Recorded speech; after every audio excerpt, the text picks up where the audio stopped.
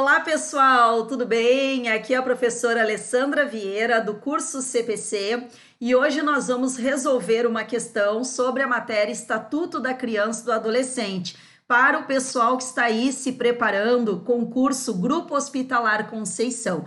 Então nós vamos dar uma olhada na questão número 20, uma questão da banca Fundatec, e vocês conseguirão perceber como é que essa banca costuma abordar o Estatuto da Criança e do Adolescente em seus concursos, beleza? Vamos então à nossa questão. Vou colocar ela aqui. A questão ela diz assim: a Lei 8.069/1990, que dispõe sobre o Estatuto da Criança e do Adolescente e da outras providências, estabelece, entre outras coisas, que, primeiro, letra A convivência integral da criança com a mãe adolescente não é garantida. Será que isso está certo? Será que está errado? Vamos dar uma olhada na nossa letra B.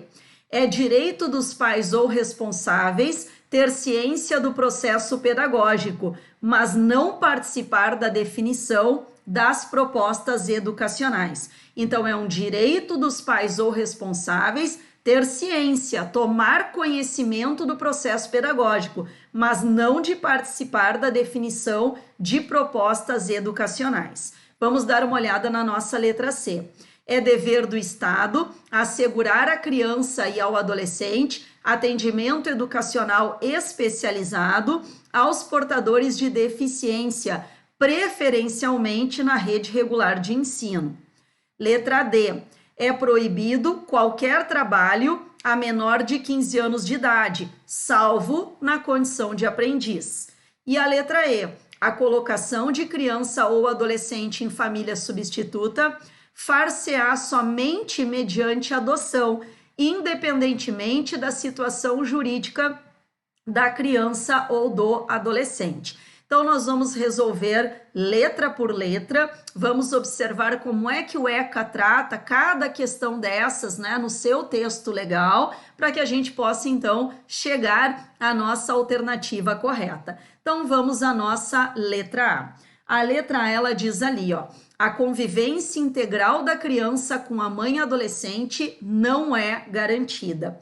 Isso, pessoal, para que nós possamos responder essa letra A gente precisa dar uma olhadinha no que diz o artigo 19 do ECA, que eu vou efetuar aqui a leitura para vocês. Então, o artigo 19, ele diz assim, ó, é direito da criança e do adolescente ser criado e educado no seio de sua família, e excepcionalmente em família substituta, assegurada a convivência familiar e comunitária em ambiente que garanta o seu desenvolvimento integral. E o parágrafo 5º, que é, na verdade, a nossa resposta, artigo 19, parágrafo 5º, ele diz assim: será garantida a convivência integral da criança com a mãe adolescente que estiver em acolhimento institucional. Então, vocês imaginem uma situação de uma adolescente que cometeu um ato infracional, ela está numa medida, né? Ela está cumprindo uma medida de internação, por exemplo, e essa adolescente, ela é mãe. O que o ECA diz? Que se ela é mãe, ela tem o direito integral à convivência com o seu filho. É bem o que está escrito no artigo 19, parágrafo 5º, ó. Será garantida a convivência integral da criança com a mãe adolescente que estiver em acolhimento institucional. Então, se ela estiver, por exemplo, numa situação de acolhimento, né? Ou pelo fato dela ter sofrido maus tratos, ou pelo fato dela ter cometido um ato infracional e ela está cumprindo uma medida socioeducativa, o ECA, ele é claro no sentido de nos dizer que não deve ocorrer o afastamento dessa mãe do seu filho. Ela tem o direito a conviver. Claro, como que essa convivência ela será efetivada, como é que isso se dá na vida real, isso são outros 500, mas o que a gente precisa ter certeza é a garantia que é dada pelo Estatuto da Criança e do Adolescente, e a garantia é nesse sentido, de que a convivência ela permaneça ocorrendo. Tranquilo? Vamos então à nossa letra B. A letra B, ela diz ali, ó, é direito dos pais ou responsáveis ter ciência do processo pedagógico, mas não participar da definição das propostas educacionais. Então, vocês perceberam que na letra B diz ali que os pais eles devem ter ciência das propostas educacionais, tá? Mas não participar, não decidir como é que esse processo educacional ele ocorrerá. A resposta da letra B está no artigo 53 do Estatuto da Criança e do Adolescente. Então eu vou efetuar a leitura do artigo 53 para vocês. Diz assim, ó: a criança e o adolescente têm direito à educação, visando o seu pleno desenvolvimento da sua pessoa, preparo para o exercício da cidadania e qualificação para o trabalho, assegurando-lhe. Parágrafo único. É direito dos pais ou responsáveis ter ciência do processo pedagógico, bem como participar da proposta da definição, bem como participar da definição das propostas educacionais, tá? Então, o ECA, ele é claro, não apenas os pais devem ter ciência, né, do processo pedagógico, como também lhes é dado o direito de participar da definição dessas propostas educacionais. Então, por exemplo, né, quando a escola está elaborando o projeto pedagógico que será implementado no próximo ano, é justo que seja feita uma reunião, apresentar aos pais qual é a proposta pedagógica do próximo ano, possibilitar que os pais apresentem sugestões, que participem, né? Não apenas tomem conhecimento, mas que se sintam pertencentes àquela comunidade escolar, também apresentando sugestões, né, digamos assim, para o processo educacional. Então, o ECA, pessoal, lá no artigo 53, ele é muito claro, no sentido, é uma questão boa de cair em prova, porque a nossa impressão é apenas no sentido de que nos é apresentada, né, aquela proposta educacional. E o ECA, ele diz que, além de ser apresentado, os pais têm direito também de participação. Ok? Vamos à nossa letra C. A letra C, ela diz assim: é dever do Estado assegurar à criança e ao adolescente atendimento educacional especializado aos portadores de deficiência, preferencialmente na rede regular de ensino. É dever do Estado assegurar à criança e ao adolescente atendimento educacional especializado aos portadores de deficiência, preferencialmente na rede regular de ensino. Essa letra C, ela está super correta, é a nossa alternativa, né? A alternativa que vocês precisam marcar como correta. E a resposta da nossa letra C, ela está no artigo 54 do ECA. Então, eu vou ler para vocês aqui o que diz o artigo 54. Ele diz assim: é dever do Estado assegurar à criança e ao adolescente. Número 1, ensino fundamental, obrigatório e gratuito, inclusive para os que a ele não tiverem acesso na idade própria. Número 2, progressiva extensão da obrigatoriedade e gratuidade no ensino médio também. Número 3, atendimento educacional especializado aos portadores de deficiência, preferencialmente na rede regular de ensino, que é a nossa resposta, né? Artigo 54 do ECA. Então, na verdade, quando nós trabalhamos a questão da deficiência, até na própria lei, no Estatuto da Pessoa com Deficiência, é um direito que a criança, é um direito que o adolescente tem de receber um ensino educacional especializado. mas esse ensino educacional, ele não deve ocorrer de forma apartada, isolada das demais crianças, dos demais adolescentes. A ideia é que essa criança ou adolescente que seja portador de uma deficiência, né, que tenha uma deficiência, até essa expressão portador de deficiência, ela não é uma expressão correta, né, porque dá aquela impressão que se eu estou portando, eu posso não portar mais, né? Algo que, eu tô portando a minha carteira, então eu tiro a minha carteira, eu já não tô portando mais. Na verdade, a pessoa tem uma deficiência, ela não é portadora temporariamente, né? Digamos assim, tá? Então, o ECA, assim como o próprio Estatuto da Pessoa com Deficiência, ele é claro no sentido de que esse ensino educacional especializado, ele não pode se dar de uma forma isolada, apartada, porque é um direito que a criança e o adolescente têm de uma convivência comunitária. Então, ela deve ser inserida no ensino regular. E, claro, mesmo que ela esteja no ensino regular, que lhe seja fornecido um ensino educacional, uma educação especializada, né, dentro da sua necessidade. A gente não pode aplicar a essa criança ou adolescente que tem uma deficiência um ensino absolutamente igual a todos os demais alunos, né? Tem que ser vista a sua necessidade e traçar um plano pedagógico adequado à necessidade de cada aluno, digamos assim, especial. Tranquilo? Então, a nossa letra C é a alternativa correta. Agora, nós vamos à letra D.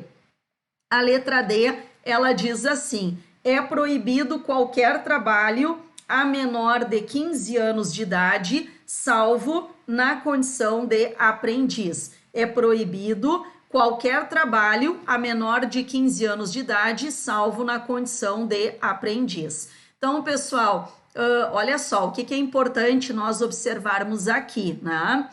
Quando diz assim, ó, que é proibido qualquer trabalho a menor de 15 anos, salvo na condição de aprendiz, nos dá a entender que qualquer pessoa que tenha menos de 15, 14, 13, 12, 11, pode trabalhar na condição de aprendiz. E, na verdade, não é o que nos diz a nossa Constituição Federal, lá no artigo 7º, inciso número 33. Então, diz assim, ó, artigo 7º, inciso 33, proibição de trabalho noturno, perigoso ou insalubre, a menores de 18 e de qualquer trabalho a menores de 16, salvo na condição de aprendiz a partir dos 14 anos de idade. Então, o trabalho regular, o trabalho normal, né, digamos assim, ele só pode ser desempenhado a partir dos 16 anos. Antes dos 16, a pessoa até pode trabalhar, desde que seja a partir dos 14 anos, mas na qualidade de aprendiz, né, que a gente chama de é aquele trabalho escola, né, em que a pessoa ela vai ter, digamos assim, dentro do seu trabalho, não apenas, digamos assim, o aprendizado técnico, mas o aprendizado teórico daquela atividade que ela está desempenhando, tá? Então, essa nossa letra D, ela está errada, porque diz ali, ó, é proibido qualquer trabalho a menor de 15 anos de idade, salvo na condição de aprendiz. Então, dá a entender que, como eu disse para vocês, uma pessoa de 13, 12, 11 anos poderia trabalhar se estivesse na qualidade de aprendiz. Isso é absolutamente incorreto. E vamos, então, à nossa última alternativa, que é a nossa letra E. A letra E, ela diz ali, a colocação da criança e do adolescente em família substituta far-se-á somente mediante adoção, independentemente da situação jurídica da criança ou do adolescente, certo? Essa letra E, ela está errada, porque o ECA, o Estatuto da Criança e do Adolescente, lá no nosso artigo 28, ele estabelece 3 formas de colocação em família substituta. Diz assim, ó, a colocação em família substituta far-se-á mediante a guarda, a tutela ou a adoção, independentemente da situação jurídica da criança ou do adolescente, nos termos da lei. Então, como eu disse a vocês, nós temos 3 formas de colocação em família substituta, que eu já vou comentar: a guarda, a tutela e a adoção. Quando uma criança, um adolescente, não consegue voltar para o, digamos assim, o seu núcleo familiar, porque a preferência, isso é importante comentar com vocês, a preferência do ECA em diversos artigos é sempre a opção da manutenção da criança ou adolescente no seu seio familiar, no seu núcleo familiar. Essa é a opção, digamos assim, a prioridade, né? Manter a criança no seu núcleo familiar. Não tendo essa possibilidade, a criança, o adolescente foi vítima de maus tratos, os pais foram destituídos do poder familiar justamente, né, por essa motivação, essa criança ela precisa ser incluída numa família substituta. E aí nós temos 3 modalidades. Nós temos a guarda, por exemplo, a criança poderia ficar sob a guarda dos avós, o que teria, claro, uma preferência porque ela permaneceria no seu núcleo familiar. Ela pode ser tutelada, né? Aí a tutela, pessoal, quando nós estudamos no nosso Código Civil, o Código Civil, ele regulamenta todo o instituto da tutela. Eu sempre digo em sala de aula, infelizmente, né? Se vocês olharem o Código Civil, vocês vão perceber, normalmente a tutela é um instituto para crianças de alto poder aquisitivo, cujos pais faleceram, cujos pais foram julgados ausentes ou foram destituídos do poder familiar, mas essa criança, ela tem patrimônio, tá? Então, imaginem assim, os pais faleceram, a criança herdou um vasto patrimônio e ela tem que ser colocada em família substituta. Qual é a preferência? Modalidade tutela. Claro, também a adoção nem se fala, né? A adoção teria preferência, inclusive, sobre a tutela, tá? Mas a tutela, ela é muito utilizada quando a criança, ela fica órfã e ela tem um poder aquisitivo alto.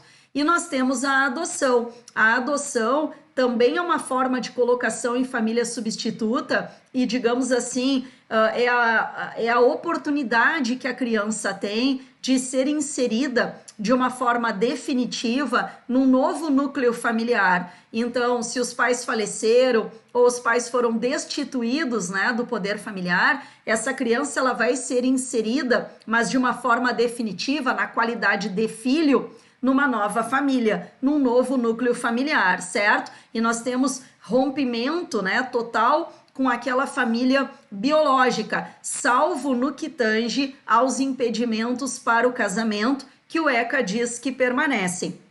Ah, professora, eu não entendi. Significa dizer, a criança ou adolescente é inserido na nova família, na condição de filho, com todos os direitos, direitos a alimentos, direitos sucessórios, todos os direitos, é filho, né? É rompido todos os laços com a família consanguínea. O único laço que o ECA nos diz que não é rompido são os laços para os impedimentos matrimoniais. Então, essa criança, esse adolescente, quando crescer e já estiver na chamada idade núbil, né, idade para o casamento, que se dá a partir dos 16 anos, não poderá casar com uma pessoa da sua família biológica, porque esse impedimento ele permanece existindo, embora esses vínculos eles tenham sido rompidos. Ficou claro? Então, a nossa questão número 20, Estatuto da Criança e do Adolescente, pessoal que está se preparando para o concurso aí da banca, né, Fundatec, Grupo Hospitalar Conceição, que cai, então, a matéria ECA, a nossa resposta, de acordo com o gabarito, é a letra C, ok? Um grande abraço para todos vocês, espero que vocês tenham gostado da nossa explicação, né, da nossa aula, tá bom? Beijo, pessoal, até a próxima!